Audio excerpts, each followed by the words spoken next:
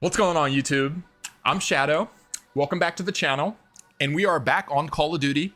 Season 5 is here, and I want to go over some of the new things that they released yesterday and kind of section this video off in the intro anyway by breaking down my review of Season 5 by the good, the bad, and the ugly. We got 2 new weapons yesterday, and I actually happen to like both of them. I love when we get new weapons in Call of Duty anyway, but these weapons are actually really good. They actually hit pretty hard. They're pretty much meta right now, both in multiplayer and in Warzone. STG, assault rifle, returning from World War II. Sledgehammer Games made Vanguard, so you know they had to throw in an STG here.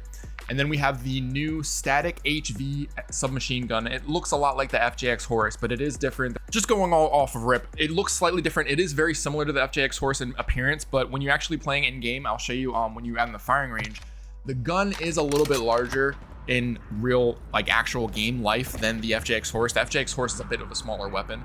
It has a very fast fire rate, and the reload is completely different, the magazine, and you can't change the magazine capacity to this gun. You have 50 rounds, that's what you get all the time with this gun. And then of course we have the goated STG, and the STG is, I don't want to say it's one-to-one with the Vanguard version, but it's pretty similar. They made it with a slightly slower fire rate, I feel like. It's very accurate, low recoil, as you're going to see in this Warzone gameplay that I'm going to give you guys.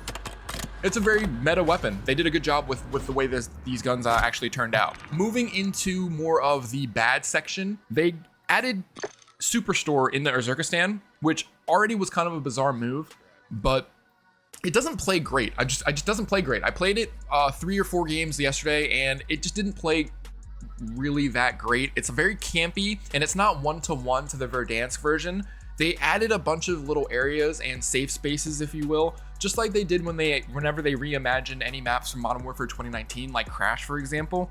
They added areas, so it's not exactly the same, and I don't know if that's playing into my negative opinion on it because of it's not actually as nostalgic as I would like to be. And then the fact that it's just kind of thrown in the middle of Uzbekistan, so it's just, the whole vibes are just kind of a little bit off about it.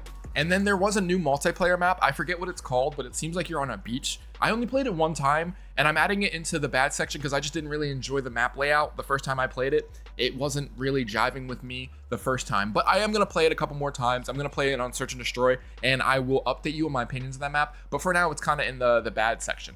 Then we move on to the ugly section. Again, this is just the intro of just giving you guys my opinions on what Season 5 has brought to the table. And right off the rip, when Season 5 went live at 12 on Wednesday, the Battle Pass was actually, it was available for the regular version, but the Black Cell version was completely unavailable on, I think, multiple platforms. And you go to Twitter, because that's usually what I do every time there's a new season for Call of Duty. You go to Twitter when things aren't working, just to see if your experience is unique or if there's other people that are actually sharing the same experience you're having. Is the Black Cell Battle Pass actually not purchasable, or is it just to me? And then I go on and you see a bunch of other people having the same issues, and then you go some of the main channels, and some of the people are saying, hey, restart your game, it's actually working now. And then you go to restart the game and it's still not working. My main issue is that it happens every season. Every season we go through this. New weapons drop, new Black Cell, new Battle Pass, and there's always issues, some random issues. And that's just one of the issues that I kind of had with the way that this is just changing what the game was. Again, Tuesday the game was working completely fine, then you switch over to Wednesday and the Battle Pass just isn't working. So that's just crazy. And then that's just one thing. You go into Warzone, and now when you're in the middle of a Warzone game, you can't tell how many kills you have, or how much damage you have, or what your score is. And you can't see your teammate's score, or how many kills they have, or their damage. Nothing. The only time you can see what happened in a Warzone match right now is after the game. So I hope by the time this video comes out, they patch that, because it's really, really annoying to play a game of Warzone and not be able to see what your damage is and how many kills you have. And I almost feel like it's almost done on purpose because they don't want people comparing their stats to other players in their party. I don't know. It's a little bit of a conspiracy theory, but other words, it's not working. It was working on Tuesday, and now on Wednesday and Thursday, you can't see your score. It's crazy. And probably my biggest gripe with Season 5 so far has been this attachment that you can unlock. And this attachment is really good. So you would ask, Shadow, why are you complaining about this attachment? The Quartermaster Suppressor. It's actually a really good attachment. It gives you 10% recoil gun kick, horizontal recoil control by 23%, and vertical recoil by 10%. Nothing negative to your damage range or bullet velocity. The only negatives you have is slight negative to your ADS speed and slight negative to your sprint to fire speed. Not bad, especially when considering this is a great Warzone attachment for a long range weapon. What are my issues with this attachment? Well, my issue with this attachment is you can't unlock this attachment by simply leveling up the STG to level 21, which is its max level. You can't unlock this attachment by leveling up the Static-HV by max level, which it only has 18 levels. You cannot unlock this weapon or this weapon attachment in the battle pass, as it could be a battle pass sector. It's not there. And you cannot unlock this weapon using the weekly challenges, usually how they have the aftermarket parts, or sometimes a random melee weapon or a new weapon in general. They'll throw in the weekly challenges, and you can unlock it that way. No, the only way you can unlock this Quartermaster Suppressor, which is a meta attachment currently in Warzone, is by going to your challenges and going to your armory unlocks.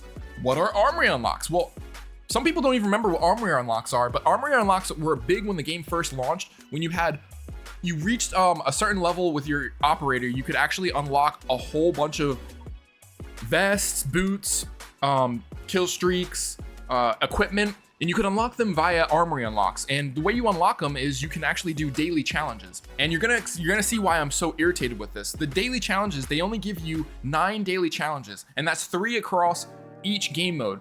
So 3 for multiplayer, 3 for Warzone, and 3 for zombies. So that's 9 total that you can get for the day. For the Quartermaster Suppressor, there was 8 armory unlocks that you had to do.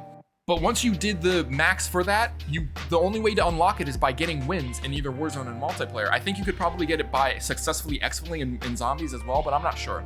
The way that I unlocked the Quartermaster Suppressor, and the reason why I'm so upset about it, is I had to go to my armory unlocks, had to activate it as an armory unlock. Then I could go into the daily challenges for multiplayer, and I did 3 of them. It was like get 3 kills with a grenade, get a couple kills with a launcher, and then one was like get 5 headshots with your secondary weapon. And you can use overkill for that, by the way.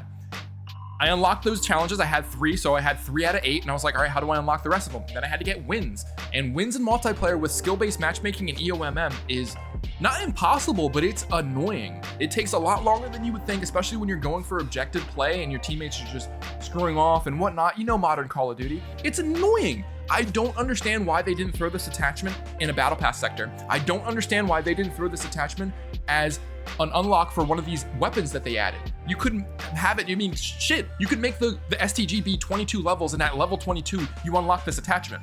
And again, I'm further irritated by it being an actual good attachment. If it was just kind of a meh attachment, it's just an attachment you just kind of forget about, or maybe an attachment you throw on maybe like one weapon, all right, you got me there. But it's not. It's kind of a meta attachment. You really want to be using this on your STG, and this is the only way you can unlock it. And that's got to be in my ugly section, and that's probably my biggest gripe with Season 5. But moving on, we are going to get a gameplay for you guys using the new 2 weapons in Warzone, and we'll see how that goes.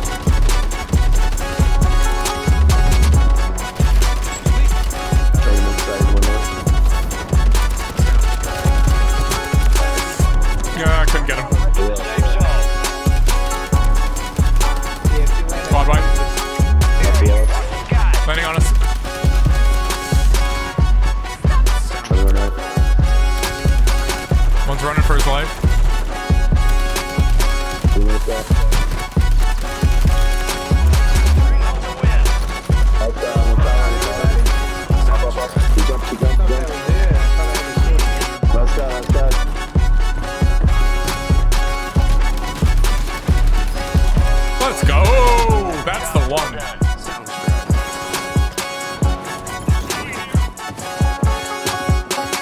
You were on him like fucking flies to shit. Damn, bro.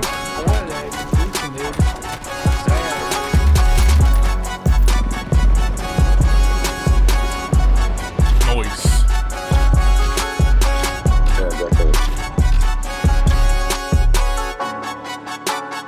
And there you have it. that is the video. So as you can see, the STG is pretty meta in Warzone. There's other weapons that I'm sure that you could be able to kit out to make it comparable and compete with it, but as of right now, I would assume that they're probably gonna have to do something to nerf it. It's per usual as the case when they add new DLC weapons. They're usually a little bit too strong off rip, and then they have to go in and nerf them a little bit as the days go on.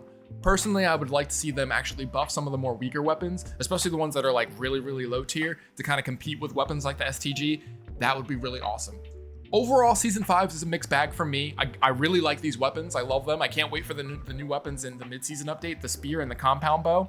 Superstore, not super hyped up about that. It's very campy. As you can see, I didn't even want to record any footage for this video.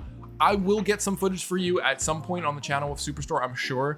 But them just smacking that in the middle of Uzbekistan just kind of feels a little bit weird. I just want Verdansk back. I'm pretty sure everyone just wants Verdansk back. As for the changes that they did on Superstore, I don't completely hate the additions that they made. I mean, it does feel somewhat similar to the old school Superstore, but the differences just kind of feel a little campy. That's just kind of how I feel about it. Like I said, the new multiplayer map's not my cup of tea, and they did fix one of my big gripes in the ugly section, which was the scoreboard not showing up. I do got to give them props for that. They fixed that relatively quickly. It did feel like that was almost like just another bug at the beginning of the season that just didn't seem to need to be there. I don't know what's going on with these seasonal updates when it comes to the battle pass and the weird issues like the scoreboard, but they got to get them ironed out because I mean, we have how many updates per year do they have? And every single time it breaks the game. So we're now expecting the game to break 6-7 times a year. Doesn't seem to jive with me. I can continue to complain about it. I've complained about it for months, years even at this point, but I gotta call them out on it. Season 5, mixed bag. I love the new weapons. Maps, not so much. I'm streaming Monday, Tuesday, and Wednesday. I'll be streaming a little bit of Call of Duty on stream, but it'll mostly be other games that I'm trying to progress a little bit faster. If there's new content and new things to explore in Call of Duty, I will be having them on stream and be making a new video. But likely next week's video is going to be a new game that I'm playing, The First Ascendant. So be on the lookout for that. Otherwise, I am out. Peace.